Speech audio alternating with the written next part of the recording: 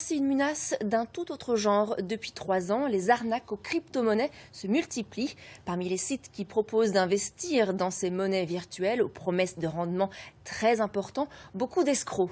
Leurs victimes sont nombreuses et hésitent souvent à porter plainte. Une association lyonnaise se prépare à lancer une action de groupe. Sylvie Bosquero, Thierry Zwiderski.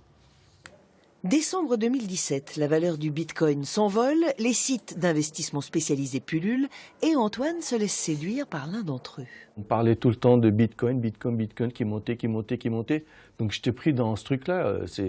C'était pas possible de raisonner normalement. Donc j'ai investi 1 000 € et en 1 ou 2 semaines, je gagne 400 €. Donc pour gagner ma confiance, le monsieur m'envoie les 400 € et je réinvestis 4 000 € sur un compte en Irlande. Et donc, comme dans mon esprit, tout ce qui est crypto-monnaie, ils sont basés à l'étranger, du coup, je ne m'en méfie pas. Je demande à ce que je sois remboursé, mais seulement, voilà, il arrive ce qui arrive, c'est que tout a disparu. Au total, ça fait 8 000 € moins 400 qu'ils m'ont versé au départ. Comme Antoine, plusieurs centaines de personnes ont vu ainsi s'envoler leurs économies. Les dépôts de plainte ne servent à rien, les escrocs étant quasiment impossibles à tracer.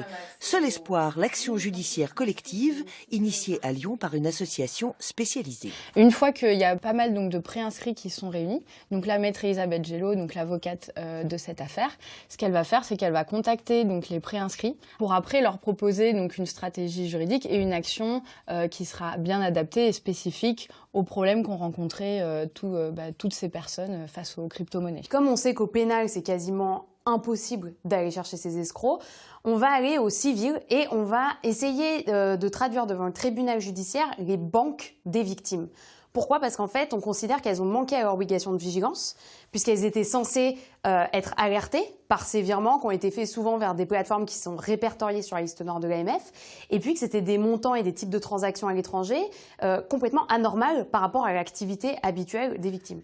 L'association attend d'avoir une centaine de plaignants inscrits pour pouvoir lancer l'action en justice. Seul moyen pour les victimes d'espérer revoir tout ou partie de leur bas de laine et se pardonner leur candeur. J'aimerais bien récupérer ma mise quand même si j'ai été très naïf.